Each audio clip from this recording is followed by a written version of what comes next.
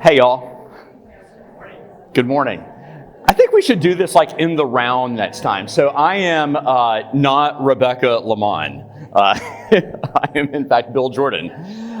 Rebecca and I, when I first heard that Arthur was going to come, I'm so excited. Anybody who has run into me knows that I carry around Arthur Brooks quotes in my head on a daily basis, and I got to know Arthur back when he was the head of the American Enterprise Institute, and have gotten to meet him on a number of occasions, and I'm so excited that he is going to be here as a part of the Kittrell Lecture Series, which is really, we were just talking, it is really just an incredible thing for this church. So Rebecca is finishing the Presbyterianism 101 class this morning. So if you have questions about Presbyterianism, you should now leave and go to that class that she and Lucy have been team teaching, which has really been great. And so for the next, I think, 4 weeks, she and I are going to be tag teaming both as we prepare for Arthur to come and speak to us on the 16th. And then the Sunday following that, we'll do a little wrap up. And so a few things, and those of you who may have been in the 9 o'clock service, which is running a little long, the sermon today is just an outstanding start to getting prepared for Arthur's talk. And the discussion about love your enemies. And so I thought that the way we would begin today is actually hearing from the Bible verse upon which this is based. So let's listen in prayer. Jesus said in Matthew 5:43, "You have heard that it was said, 'You shall love your neighbor and hate your enemy.' But I say to you, love your enemies and pray for those who persecute you, so that you may be children of your Father in heaven. For he makes his sun rise on the evil and on the good, and sends rain on the righteous and on the unrighteous. For if you love those who love you, what reward do you have? Do not even the tax collectors do the same? And if you greet only your brothers and sisters, what more are you doing than others? Do not even the Gentiles do the same? Be perfect, therefore, as your heavenly Father is perfect." Amen. And so that's the start of Arthur's book. For those of you who saw outside or didn't see outside, the book is Love Your Enemies. And I want to talk, before we dive in, just a little bit about Arthur, who he is, and what this book and what this series is about. So this one was probably his most famous book, Love Your Enemies, about the culture of contempt and how at a grassroots level, we can actually stop the culture of contempt. And we'll talk a little bit about what he did following this book, which I think is just magnificent and part of the reason why he comes around and is speaking to churches and community groups. But it's truly fantastic. Who else read this book already? Anyone read this book? This is not a test, by the way, but it's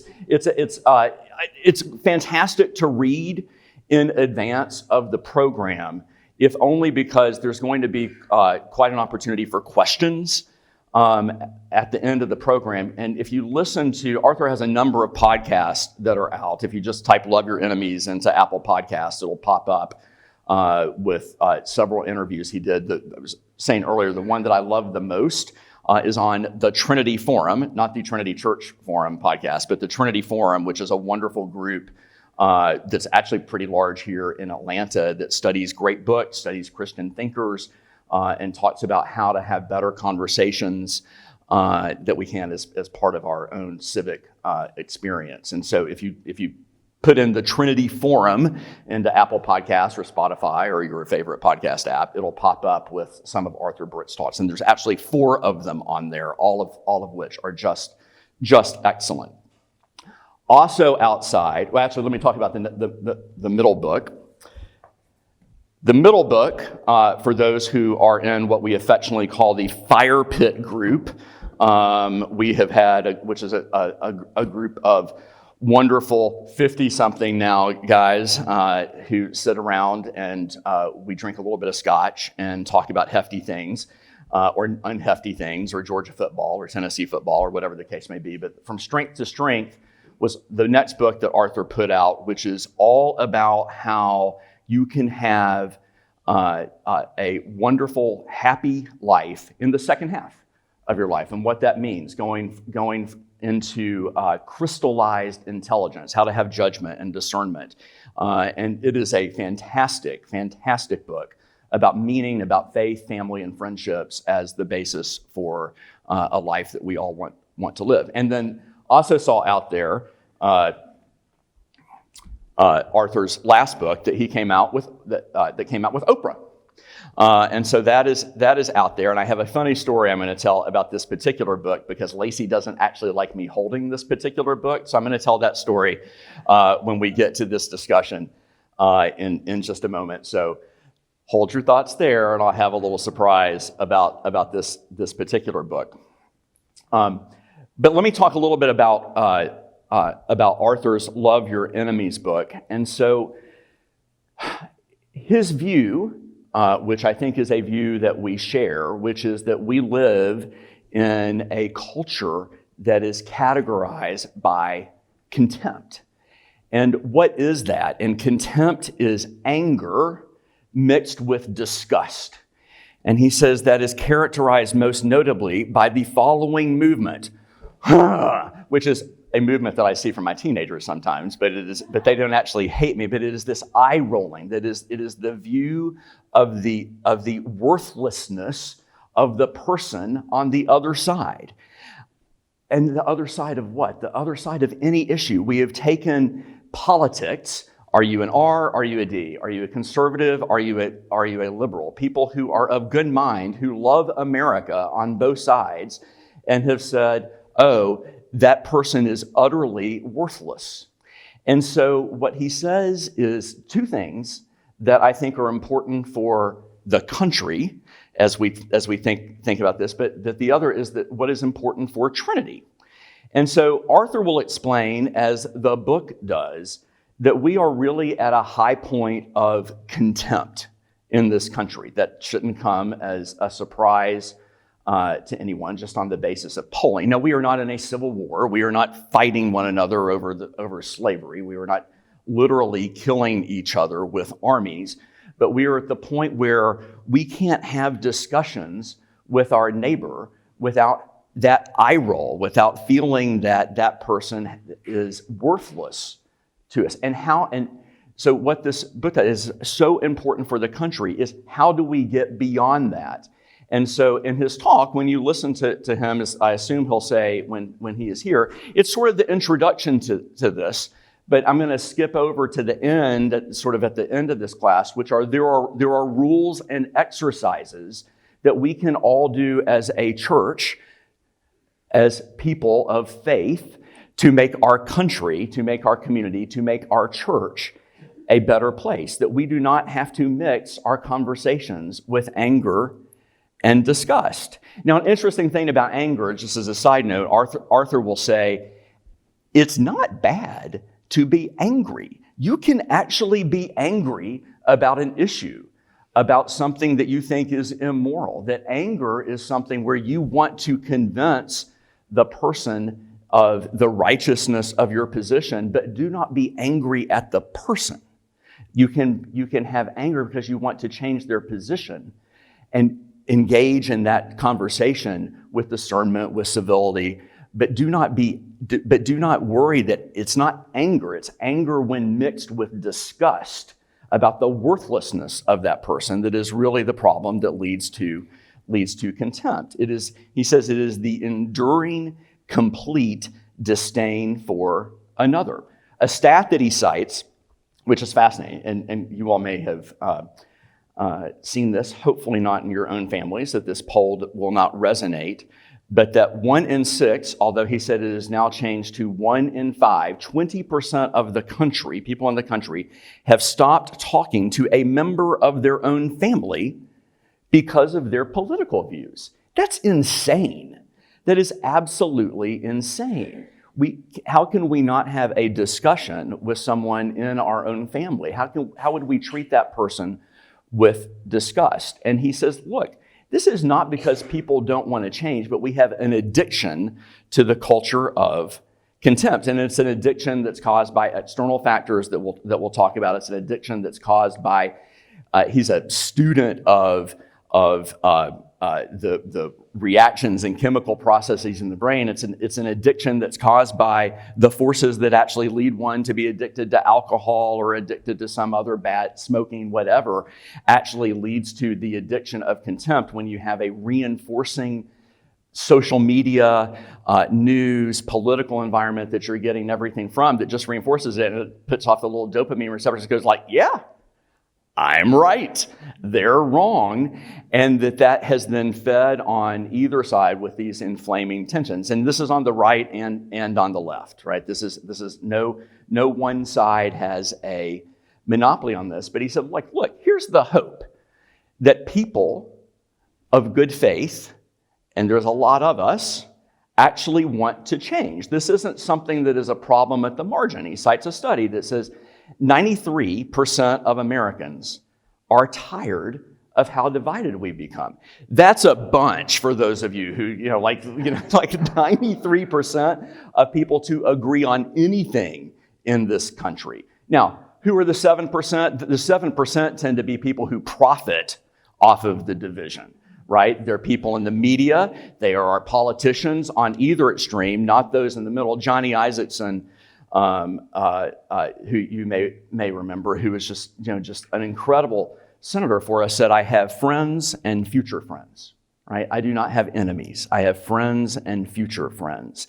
And that's 93% of the people that we are with on a daily basis. He says we have a culture that thrives on the outrage industrial complex, is what he calls it, which is so true.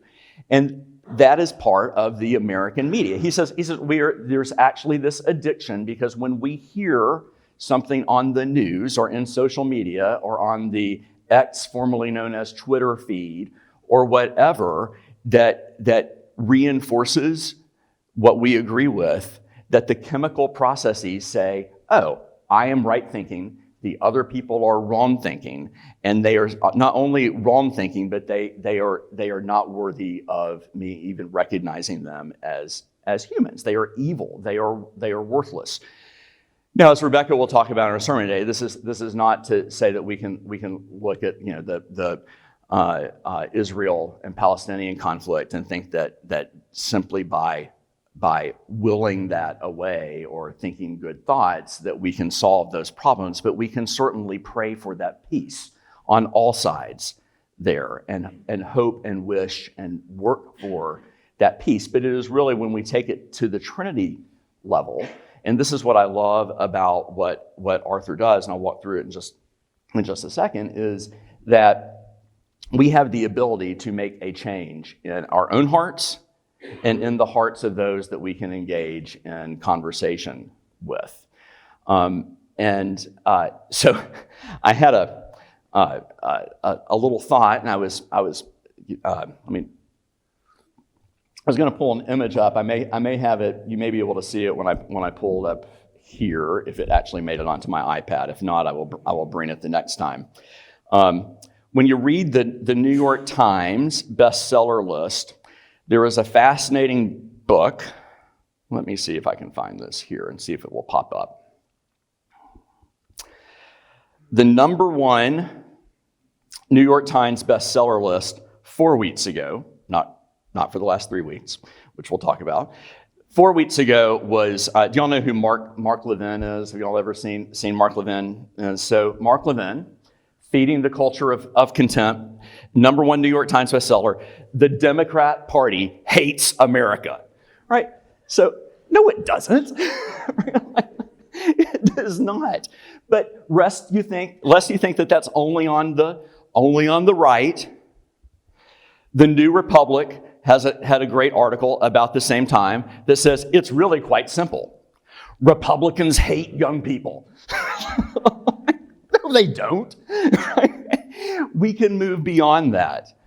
The good thing is, actually, the New York Times bestseller list this week, which I have been following over the last 4 weeks, has 5 books at the top, all of which are written by women, which is really remarkable. I don't know if that's happened in the history of the New York Times, but it's this book, which I highly recommend, by our friend Cassidy Hutchinson, which has been number 1 for the last 3 weeks.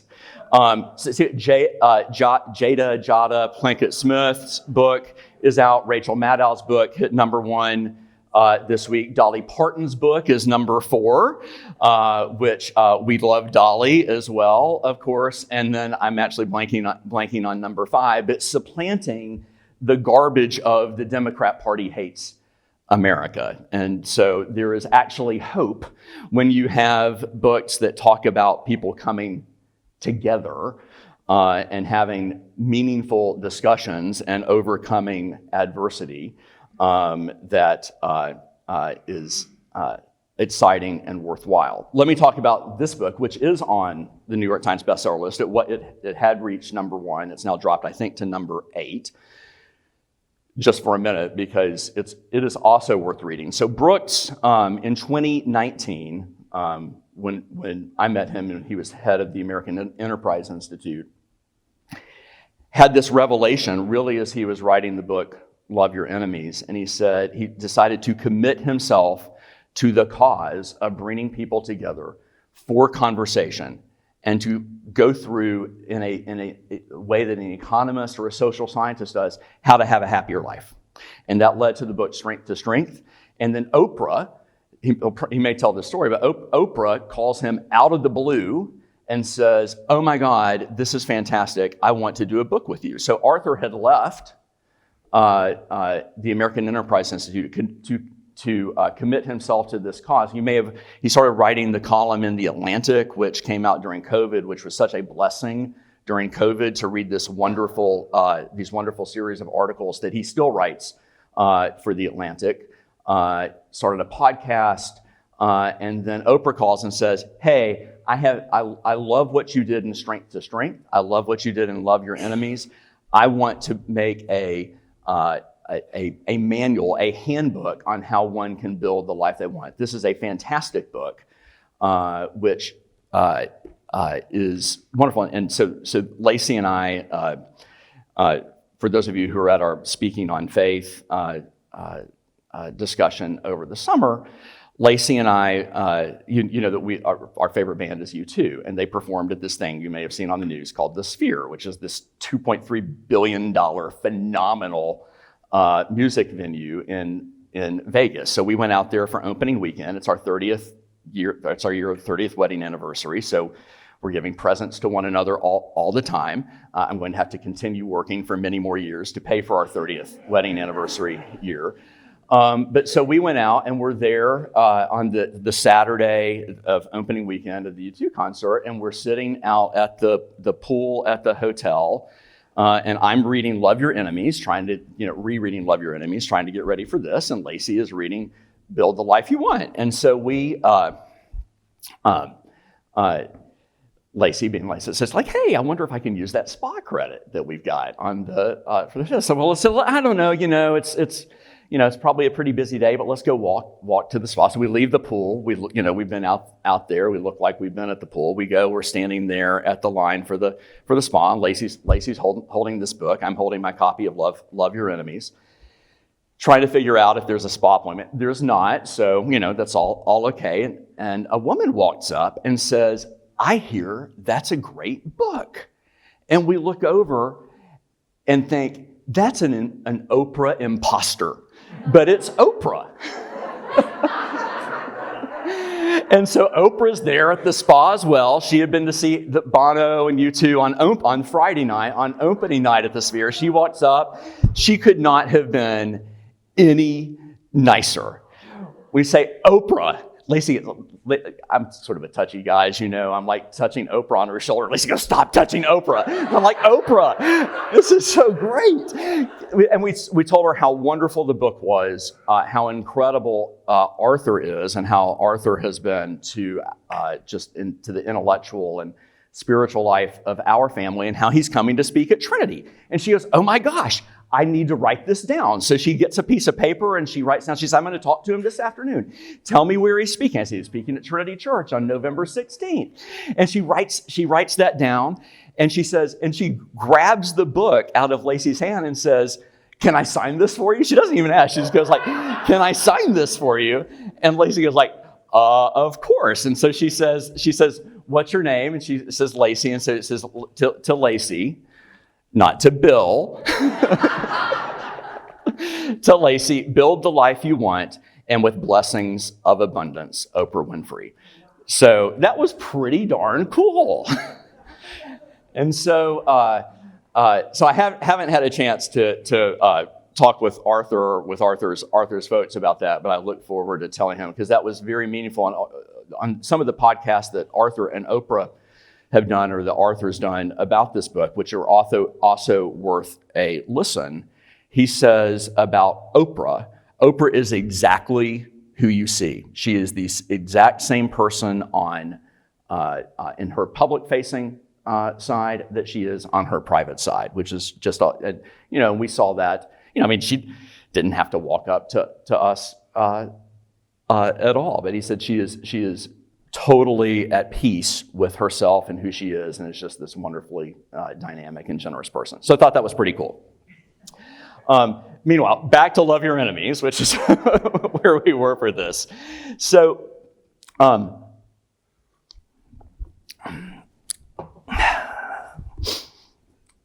me pull out a little quote from here. On the addiction to political contempt, and then we're going to talk about the solutions. He says, America is addicted to political contempt.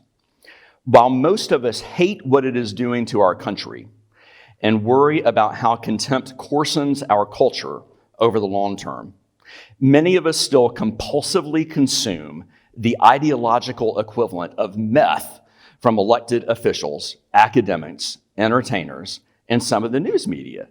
Millions of us actively indulge their habit by participating in the cycle of contempt in the way they treat others, especially on social media.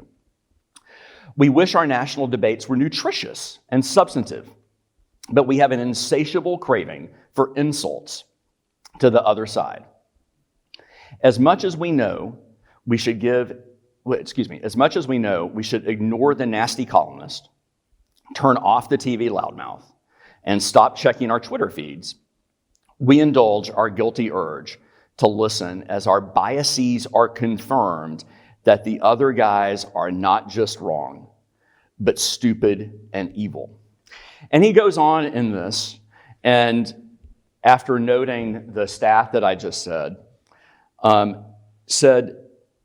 there's a solution. And the solution to this is a radical solution. It's Jesus's solution, which is not just to be tolerant and to be civil. He said, I am not here to preach tolerance and civility, although tolerance and civility are important. But he has a great line, says, imagine if someone said, I'm civil to my wife, right? You're going to get a divorce. Or people in the workplace think I'm tolerant, you're going to be thrown out of your job. He said the solution is love, but it is not just any love. Love is, and Rebecca speaks of this in her story, that love is not a feeling, but love is an action. Love is a verb. And he sort of decries the fact that in Greek, I do not know Greek, but we all know agape love. But there are, in addition to agape, there are 7 other words for love in the Greek language, right? There's eros and philia, but agape. But he said, look, what I'm talking about is not love as a feeling, but love as an action. And he goes to Thomas Aquinas, which is to love is to will the good of another. And then he says, let me take that one step farther, which is that Michael Novak, who's a great Christian thinker, said, he took Thomas Aquinas, to love is to will the good of another. He said, let me add on to that. To love is to will the good of the other as the other. So it is not just the other, but the person who is your other, who is your enemy. It is to love, is to will that the good. He said it is not sentimental. It is not restful in its illusions. He says it is watchful. It is alert. This love is ready to follow evidence, and it seeks the real as lungs crave the air, which I love that. It seeks the real as lungs crave the air. Love is not soft or silly, it's practical. And he says, and love is, of course, tolerance and civility, but it is much, much more than that. And that, I think, is what I loved from the standpoint of where we are at Trinity. And he says, just because we have this wonderful culture here where by the way, I was going to do this thought experiment, and I debated it, so I'm going to do it now. And if this turns out entirely wrong, just go like, well, Bill, that you shouldn't have done that. So what I love about Trinity, what I've always loved about Trinity, is that we are the quintessential purple church. But if you talk with friends, and I'm center right in my political beliefs, if you talk to center right or right people, they will say, God, Trinity is just full of a bunch of liberals. By the same token, if you talk to my friends who are center left or left, they go like, this place is full of conservatives. Like, it's ridiculous how many conservatives there are. Does anyone agree with this statement? Like, this is like, I love having that conversation with people. Like, it's crazy. And so that is what I love about the fact that this place is one where love of enemy, I'm not saying that anyone is the enemy here, but love of the differing ideas and of conversation is a place where we can start to break this cycle of contempt in Atlanta, within the Presbyterian Church, within the Christian church, within the country. And we have, a way and a guidebook now to help us do that. Britt says, he says, I'm not trying to run away from the hard stuff. He says, this book is not an attempt to change your politics. He said, I don't care what your politics are. This book is not an attempt to change your politics. He is clearly from this a center-right background. He said, if we want to have a debate about free market economy and stuff like that, he said he could do that. He could do that all day long. This book is not to change politics. He says, disagreement, if done right, makes us stronger. He's a strong believer in the competition of ideas. And then he talks about, in later weeks, we're going to talk about the way that competition of ideas among true friends actually leads to the highest level of friendship that is possible. So, wanted to talk a little bit about the, I wrote some of these down. Let me give a couple of more stats in this, just because it's fascinating to me, and I think it resonates. The number one, or the single greatest cause he sees of the discord in the way that we find enemies and treat those with disgust is anonymity. That we have created a realm where we can anonymously critique with the most vitriolic language possible that gets you a bunch of likes on social media.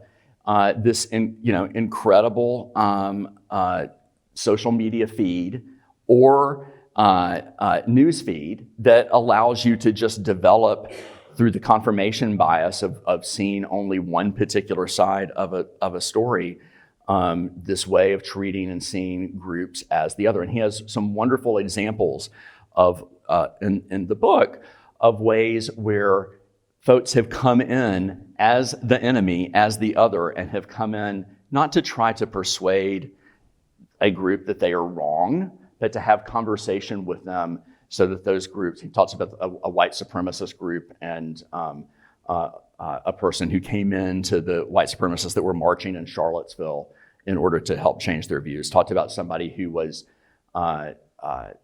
an African American who came in to speak at a Bikers for Trump rally and became their friend, and so that they could see that people are people. And it's wonderful stories in here, which I won't spoil it by walking through all those that he will probably talk about. But he said that also a problem with anonymity is the separation that we have in our own daily lives. And when polled, 14% of Republicans and 9% of Democrats reported having a close friend from the opposing political party.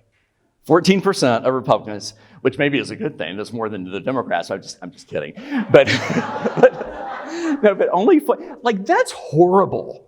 Like 85% of Republicans said, "I don't have a friend who's a Democrat," and let me do my math. 91% of Democrats said that. That is a crazy bad statistic for our country.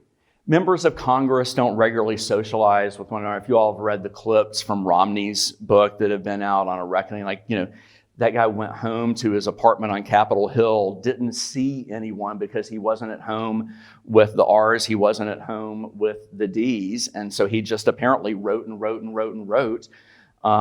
order to come up with the book that's now a reckoning, which is just remarkably sad for someone who is as wonderful and as gifted and as fair-minded as Romney is. And Britt says, who suffers for this?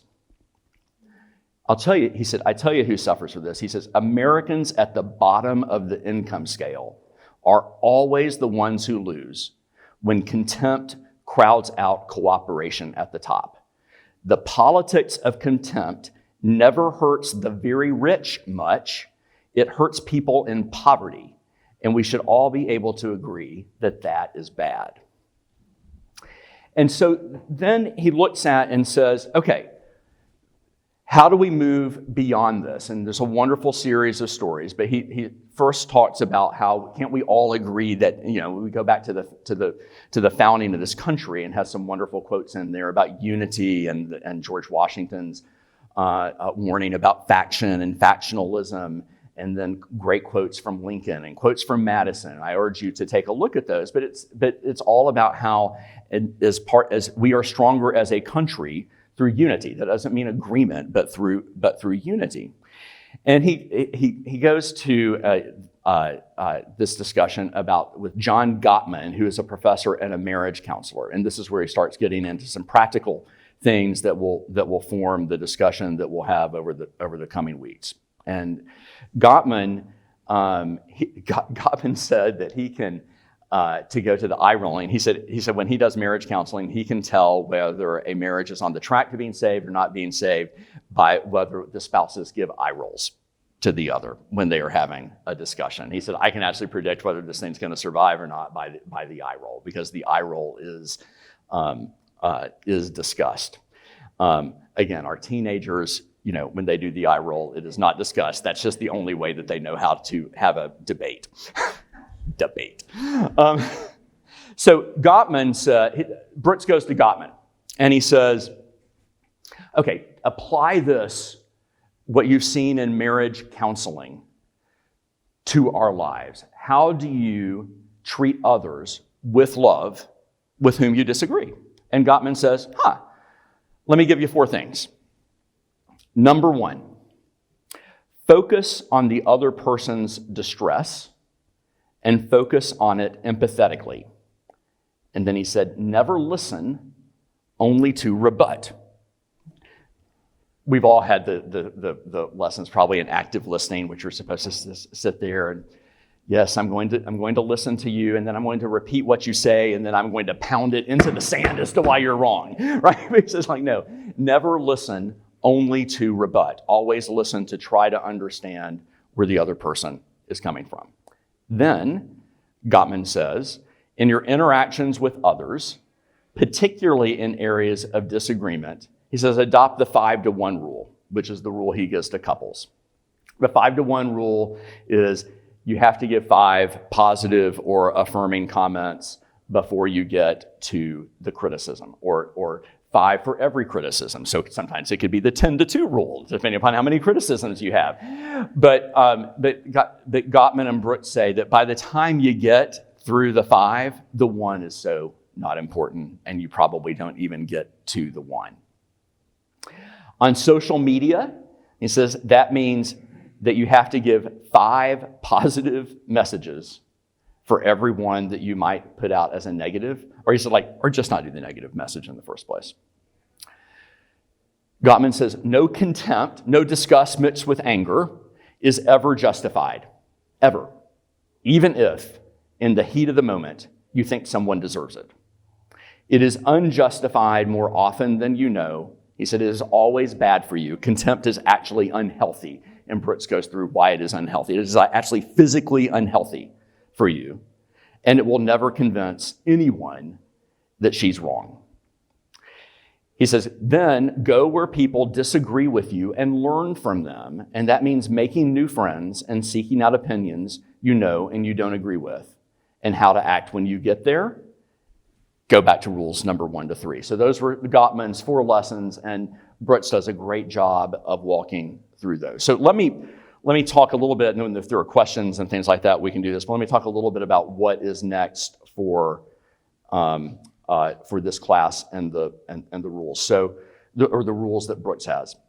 So when you look at the chapters of this book, I sort of did the intro and the contempt piece, and a little bit on love. The next classes are going to be all about the love part of this. We've had everyone can agree.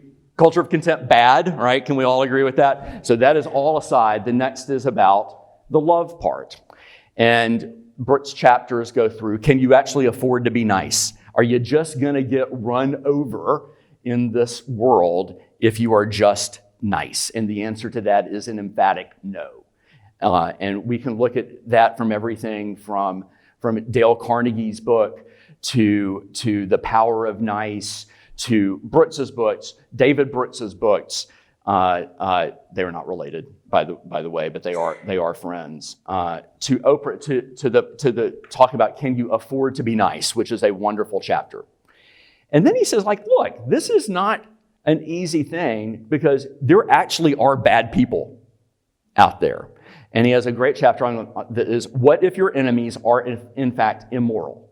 And how do you deal with that and deal with that in love?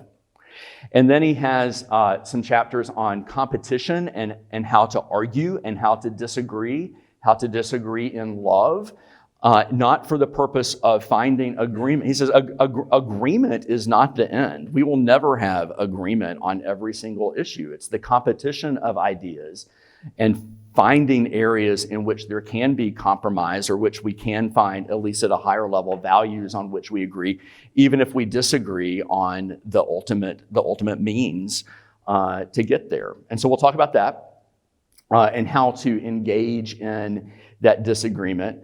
And then the last chapter before he gets to his rules is actually my favorite chapter. I mentioned it briefly, which is on the 3 types of friendship and how when one engages in what Brooks says that you actually become the highest form of friend that you can, even a friend to the other. And so there's some wonderful examples in there that we'll walk through. And he said this is also super helpful in marriage, which Lacey knows that I could use all the help that I can get in that area. So let me talk about the rules, and then I'll stop and we can do some questions if you want. His rules at the end, if you want to skip to the end and then go back to the beginning, the last chapter is actually fantastic and forms some guidance for some of the earlier stuff. His rules are, number 1, stand up to the man. Refuse to be used by the powerful. That means the powerful in media. That means the powerful in politics. Refuse to be used by the man in order to have your own biases confirmed.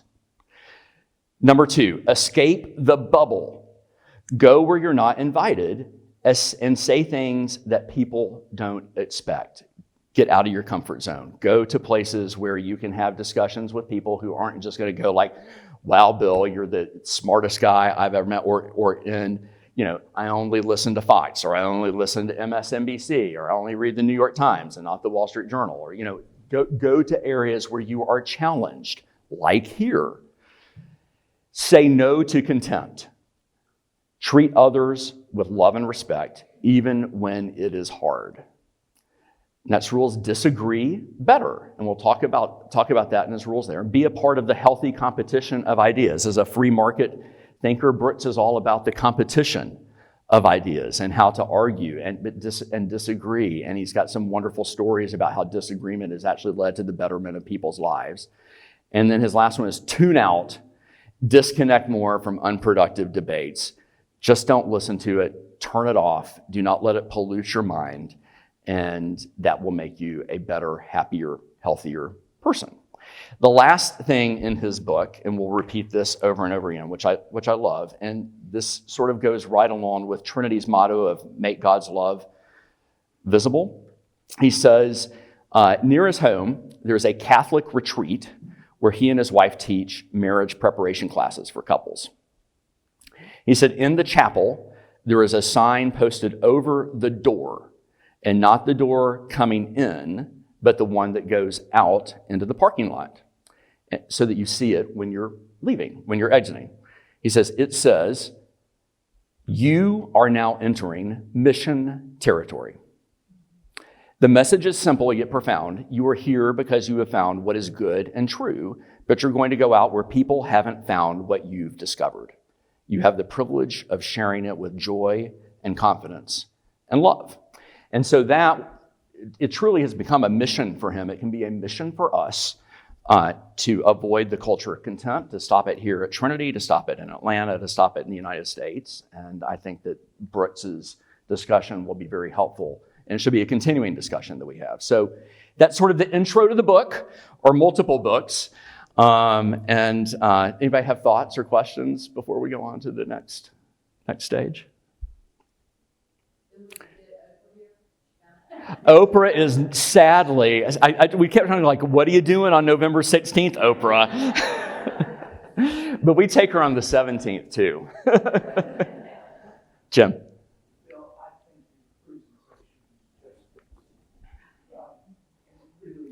Is this like number one of the first 5 things before we get there? Number 2. Well, thank you. You all, for those who haven't read it, will be enriched by reading this book and by reading this book.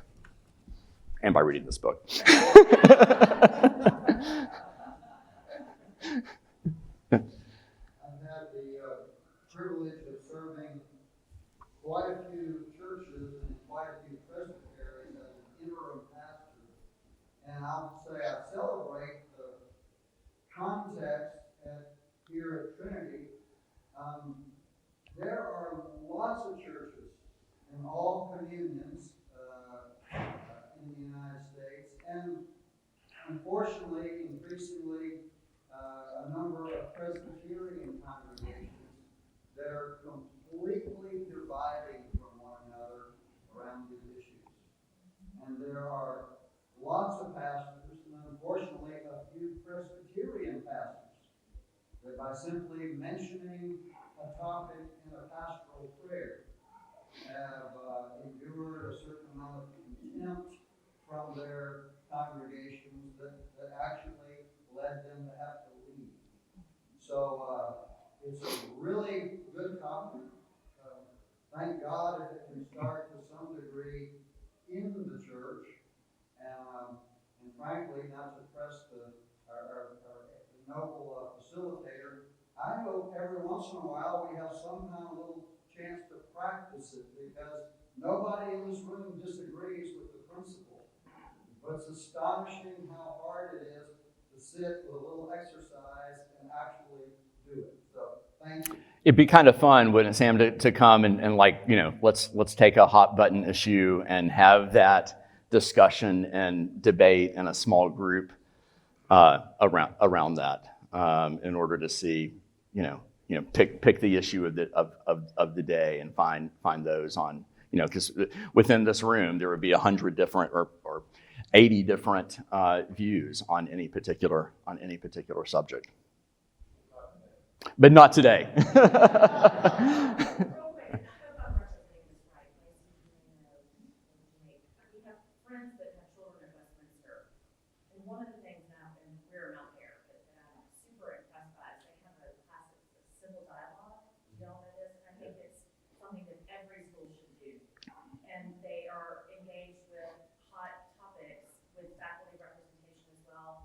To learn to, and they're speaking about it respectfully, and a friend's child was in it, and she was talking to us about it, and I think it's amazing that they're doing that, and I think it's something that every school should be doing, teaching our young people in this time that is full of such contempt, to talk to each other about difficult issues that people disagree about in a way that's very respectful. Yeah. And they should be applauded for that. Well, and the whole culture now, whether it's on college campuses or elsewhere, that just wants to just totally shut down, or,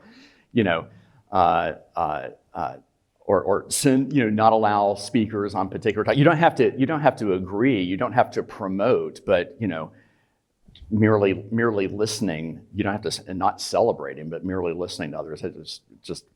It boggles my mind that that's what's been going on various college campuses and elsewhere. Not here at Trinity. Years ago, there was a member at Trinity who unfortunately has died prematurely, and his death was handed back. He was premature, but she was very influential on foreign affairs and so forth. But I think one thing that she modeled was that you can talk to anybody about an issue, but you can't say you're an idiot. About, that if you keep it on the issue and away from any sort of personal attack, it certainly makes it easier, and that's been sort of a model for me. Well, look, I think it's so important there, and is that, and look, I argue for a living, right? That is in fact my job. People pay me to argue, but it's never an argument about the opposing counsel and the worthlessness of. I mean, you can have opposing counsel who do stupid things, but it's not that they're worthless people. It's the position. And when you're talking about the position and trying to convince and persuade, you never persuade someone by telling them that they're an idiot, right? That's just a lesson for not ever winning an argument. So I do think we need to roll into Sunday, since I see the kiddos out there for youth choir lining up and ready to go in. But this is great. Look forward to the next one. And we'll have, I think Rebecca is here. We'll work it out. I think Rebecca is here next week, and then we're dividing up the rest of the weeks. So thank you all.